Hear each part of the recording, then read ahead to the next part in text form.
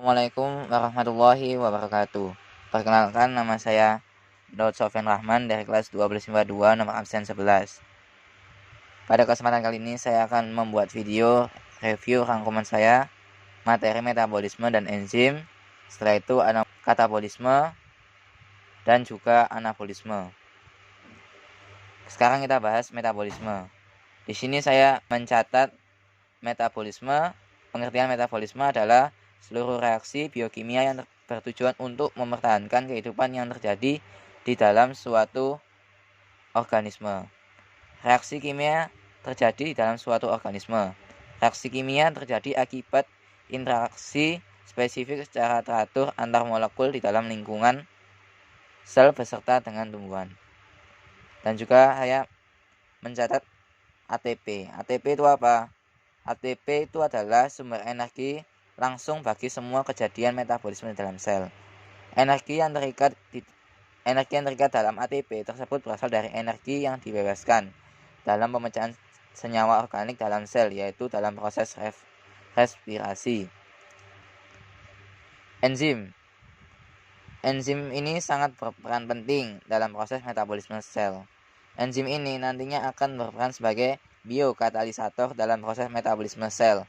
Maksudnya adalah senyawa organik yang mempercepat reaksi kimia.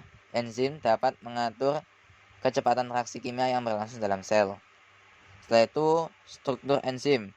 Ada 5, ada protein, kofaktor ion dan molekul, gugus prostetik, 4, ada koenzim, 5, ada ion anorganik. Sifat enzim ada 4, dipengaruhi oleh perubahan lingkungan seperti suhu, inhibitor, konsentrasi, substrat, dan pH. Menurunkan energi aktivasi, bekerja spesifik, bekerja bolak-balik. Setelah itu ada faktor-faktor yang mempengaruhi kerja enzim. Ada suhu, derajat keasaman, jumlah substrat, dan juga inhibitor. Inhibitor ini ada 2, inhibitor kompetitif dan inhibitor non-kompetitif. Dan ada cara kerja enzim, ada 2. Yang pertama ada teori lock and key. Teori yang kedua adalah teori induksi pas atau disebut juga dengan model induced fit. Baik, selanjutnya kita bahas katabolisme. Katabolisme yaitu proses pemecahan molekul kompleks menjadi molekul sederhana untuk menghasilkan energi. Proses katabolisme itu ada 2, fermentasi sama respirasi. Fermentasi, glukosa hanya mengalami pemecahan parsial. Respirasi, glukosa dipecah sampai menjadi molekul yang sangat sederhana, seperti CO2. Proses respirasi. Respirasi ada 2 jenis, yaitu aerob dan anaerob. Pada sel eukariotik, respirasi terjadi di mitokondria. Kebanyakan makhluk hidup eukariotik melakukan respirasi aerob. Ini adalah tahapan proses respirasi aerob. Yang pertama adalah glikolisis, pemecahan glukosa di dalam plasma. Kedua ada oksidasi pirurat atau disebut juga dengan dekarboksilasi oksidatif. Yang ketiga ada siklus Krebs, menghasilkan 6 ADH, 2 FADH, 2 ATP, dan ACO2. 4 ada fosforilasi oksidatif, transfer elektron, dan chemiosmosis. Ini adalah gambar-gambar tahapan respirasi aerob. Yang pertama ada tahap glikolisis, ini gambarnya. Yang kedua ada tahap dekarboksilasi oksidatif. Ketiga ada tahap siklus Krebs. Yang keempat ada tahap transport elektron.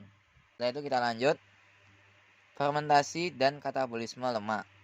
Salah satu bentuk respirasi anaerob adalah fermentasi. Fermentasi ada 2. Yang pertama fermentasi alkohol, menghasilkan alkohol atau etanol, ATP dan CO2. Fermentasi alkohol dimanfaatkan untuk membuat urin dan roti. Yang kedua ada fermentasi asam laktat, menghasilkan asam laktat dan ATP. Ini merupakan gambarnya ya, untuk yang tahap fermentasi alkohol. Setelah itu ada katabolisme lemak. Proses katabolisme lemak berhubungan dengan katabolisme karbohidrat. Sebelum masuk ke jalur katabolisme karbohidrat, lemak dipecah menjadi asam lemak dan gliserol. Gliserol masuk ke glikolisis, sedangkan asam lemak harus diubah jadi asetil CoA melalui proses beraoksidasi untuk masuk ke siklus Krebs. Lanjut, anabolisme. Anabolisme merupakan proses pembentukan molekul kompleks dari molekul sederhana. Anabolisme membutuhkan energi. Salah satu contoh reaksi anabolisme adalah fotosintesis. Fotosintesis merupakan proses pembentukan molekul glukosa dari karbon dioksida dan air dengan bantuan energi dari cahaya matahari. Fotosintesis melibatkan reaksi redoks.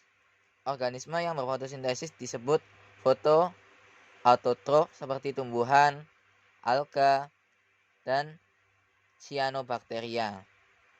Pada sel eukariotik, tumbuhan dan alga, klorofil tersimpan dalam organel kloroplas.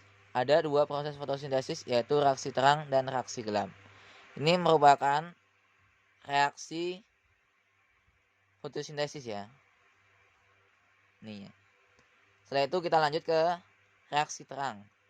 Reaksi terang merupakan reaksi yang bergantung secara langsung pada cahaya matahari. Terjadi di gerhana. Reaksi terang melibatkan kompleks penerima cahaya yang disebut fotosintesis yang dibagi menjadi dua jenis, yaitu fotosistem 1 atau P720 dan fotosistem 2 atau P680. Setelah itu ada reaksi gelap. Reaksi gelap tidak bergantung secara langsung dengan cahaya matahari.